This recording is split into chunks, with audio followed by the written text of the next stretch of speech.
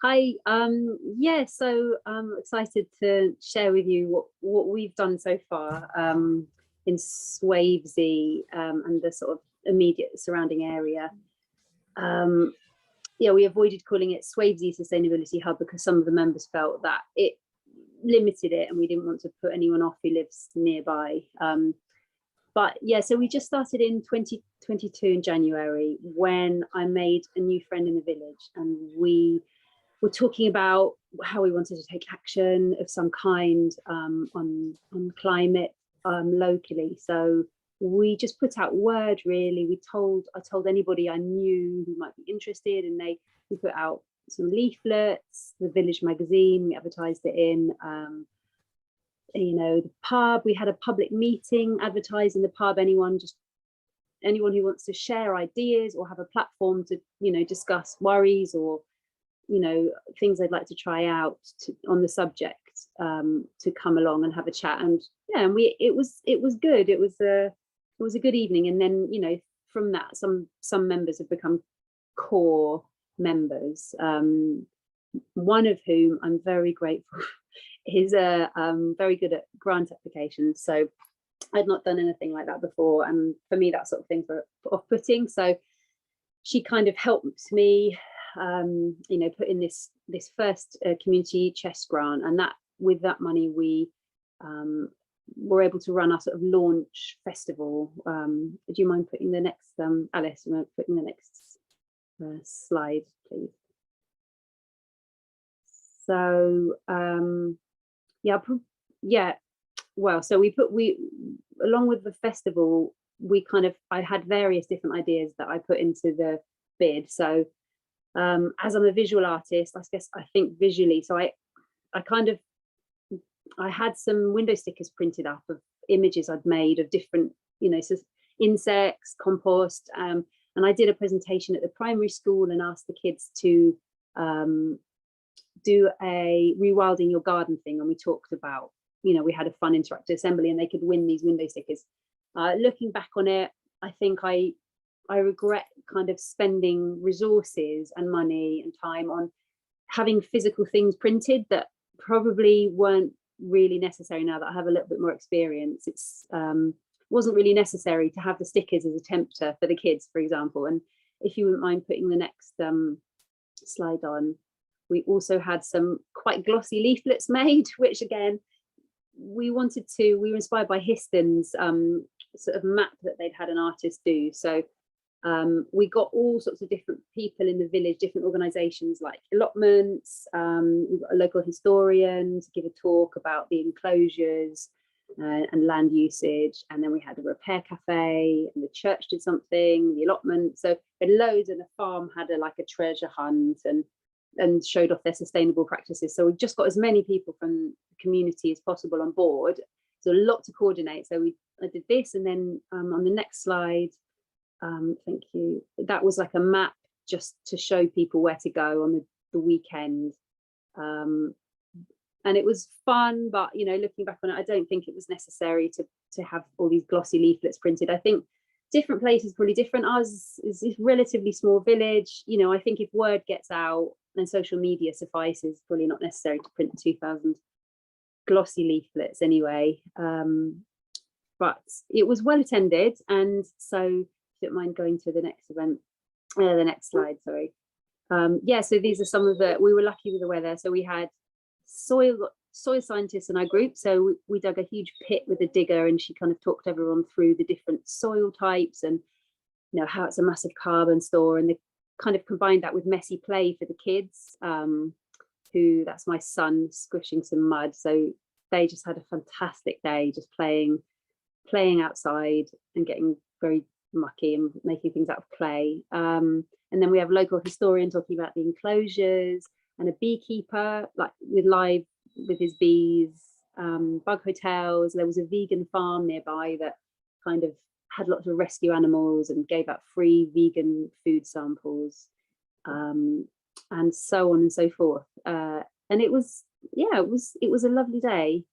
I think there's some more on the next slide as well from it. Yeah, so we had swishing, a repair cafe. That's one of the rescue pigs.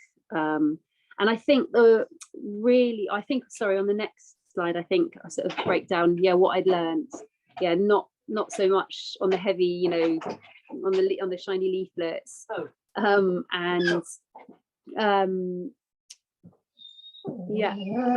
Sorry, my dog's just went. So sorry, I just lost my train of thought. Should I think? Something I did that what I'd learned. I'll come back to me. Don't be too, what I definitely felt and what we sort of have carried on in our group, everyone's different, is to be as inclusive as possible. So I think a lot of people can be a bit scared off by, when I first had the meetup and met, to transform the group and met with other groups, people were like, oh, you're the sustainability people, you're holier than thou kind of thing. I think people were a little bit frightened that we were going to be really, oh goodness, you shouldn't be doing that and things like that. So it was really important to kind of just be as relaxed as possible, and just whatever it is that, is your idea of moving towards being more sustainable is great, basically. And just make everybody feel as included as possible. So, we had the vegans doing their thing. I'm not a vegan, and we had a local farm who produce their own meat, but they do it very sustainably. So they're not trying to not use pesticides, and they have got very healthy animals. So, there was quite a big spectrum of things. And I think that was really important, just for everybody to be on the same page kind of thing from that point of view, to make it a positive, inclusive atmosphere. And have lots of cake. It's the other obvious thing, lots of tea and cake.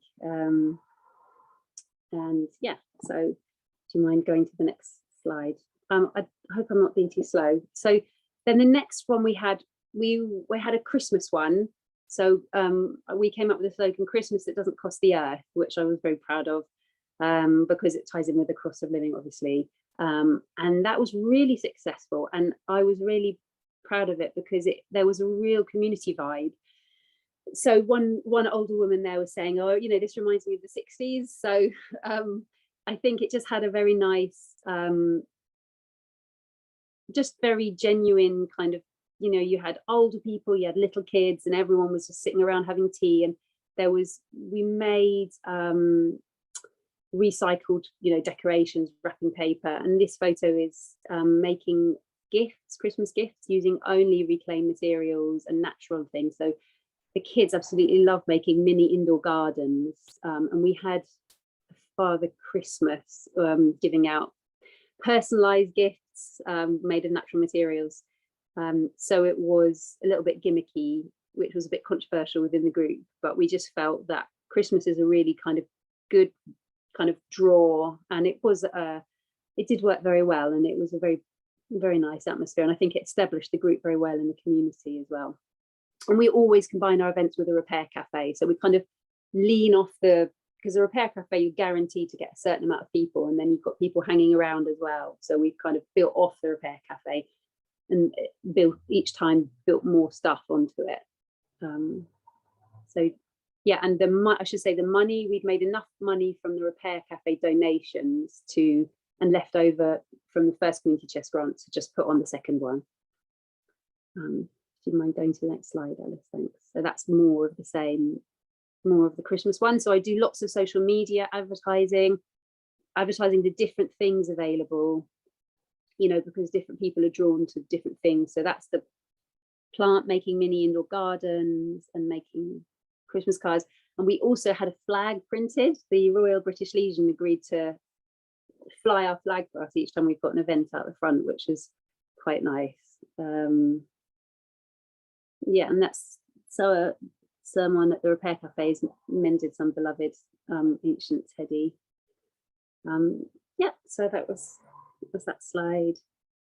Oh yeah, this is more of the same. We tried vegan cooking, and that was a really nice way of making it more international as well, because I think a lot of vegan food there's a lot of globally there's a lot of vegan food, but it's just core to people's diets everywhere. So we had kind of a Bangladeshi and Israeli and South American, I think, vegan food, which was really popular, and we're thinking about maybe doing another event, you know, more on that. And then you can see people, yeah, just making things basically and having a really nice time. So yeah, what I learned, get kids groups involved as much as possible, because that's great. Then you get all their families along as well, and their little brothers and sisters, and they're just so positive and they love it. And it, you know, as long as it's creative and lively, they're just the core of it, really. And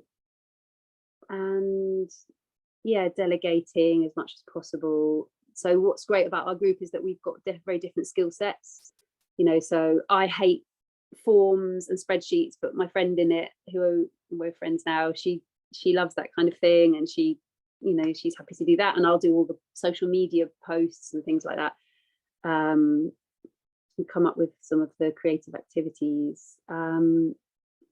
So yeah, and I mean, I guess a lot of these things sound really obvious, but so taking whatever people can give. Some people are willing to give, you know, days and days of help, other or you know, items. Some people maybe just some cardboard tubes, you know. But I think personally, I think the more sort of happy, you know, if you're happy in receiving whatever it is that someone has to give, they then feel part of the group. So it doesn't really matter what it is that they're able to contribute, as long as they feel included in it.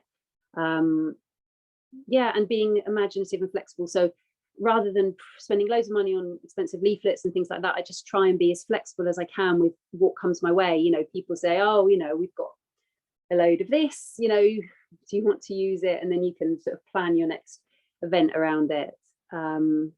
We also have music on in the hall now, and we decorate as much as possible. Cambridge Cover Footprint are getting a lovely collection together from each of these events. I think they're loading things out and coming back with twice as many decorations, so you can get the halls looking really lovely, and with thoughtful posters sort of challenge people to have to think about things. And also encouraging other members of the group to do their own things. So if people have got, everyone's got a different idea maybe, or a different way of doing things, and just trying to support each other, you know, in giving everyone a platform to run with their own idea as much as is possible. Yeah, so we also are building a share shed. We won a Zero Carbon Communities grant to make a movable library of things. So that is more affiliated with we're affiliate part of Shed It. So we've got a community of people who are building and volunteering to help construct this library of things. So I've just tagged that on the end there, but that's something that we also have going on at the same time, but that's someone else in the group who's kind of overseeing that more, and that's more of a long-term project. Yeah, do you mind going on to the next slide, Alice? Thank you. So will you tell me if I start going over time? I should have timed this before. Yeah, okay? You're okay for a couple more minutes, that's fine. Okay, cool. So then we decided a really good thing to get people interested has been biodiversity. I think, you know, it's a really good draw for people. It's an easy draw, it's an easy win, you know. If you've got these lovely wildflowers everywhere, you know, everyone's happy, and it's so easy to see the benefit of it. So we applied for another grant, for community chest grant for I was inspired by this picture on the left. That was during the drought in the summer last year. Everything was very, very, it looked like a savanna around here, but there was this one area, and that's the area during the drought when everything else looked dead. So I knocked on the door of the person who lived next to it, and sure enough, it was a local gardener who's very into wildlife and sustainability, and he kind of just explained some basic principles that he'd done to establish this, you know, so that it was surviving even through the drought. I think he said he watered it twice during the whole summer, during the drought period of the summer.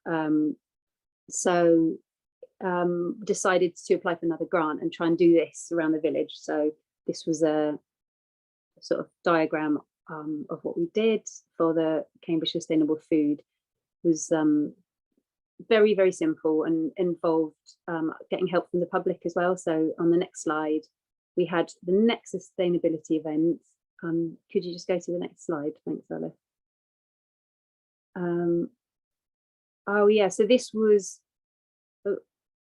I got, so I got permission. Sorry. No worries, I got permission, thanks for doing it. I got permission from the Parish Council and to do some different, do similar with different areas of land. So we've got a wildflower meadow in one bit and a bench installed from the Shed It, which we did with sort of got together with local residents to sort of improve around where they live. And then we've got a wildlife patch where the idea was get local residents to give plants. So I think if we go to the next slide. Oh, that was a worm watch, just randomly got the chance to do an ITV interview about counting worms when we first did it. So that was that. And it was very poor soil, it turns out, which we knew anyway, because we'd only just been given it. Sorry, do you mind just going to the next slide? I think I've got some. So this was the event to try and gather plants for the wildlife area. And I've got the local gardener to help and a local ecologist. And then if you go to the next one, so we had the usual repair, and the parish council donated lots of seeds. So we were giving out free seeds and free trees. And then in return, if you don't mind going to the next slide, oh, this was more adverts for it. So making kids can make signs for their wildlife gardens and stuff. And then, sorry, if you go to the next slide, oh, I'll go skip that one. I think should have some photos of, oh, is that not the last one, is it? Yeah, here we are. So there was the event. So we're giving out free trees. We're doing lots of creative stuff and loads of junk modelling. This is some of the signs and things from Cambridge Carbon Footprint. How will we live alongside nature?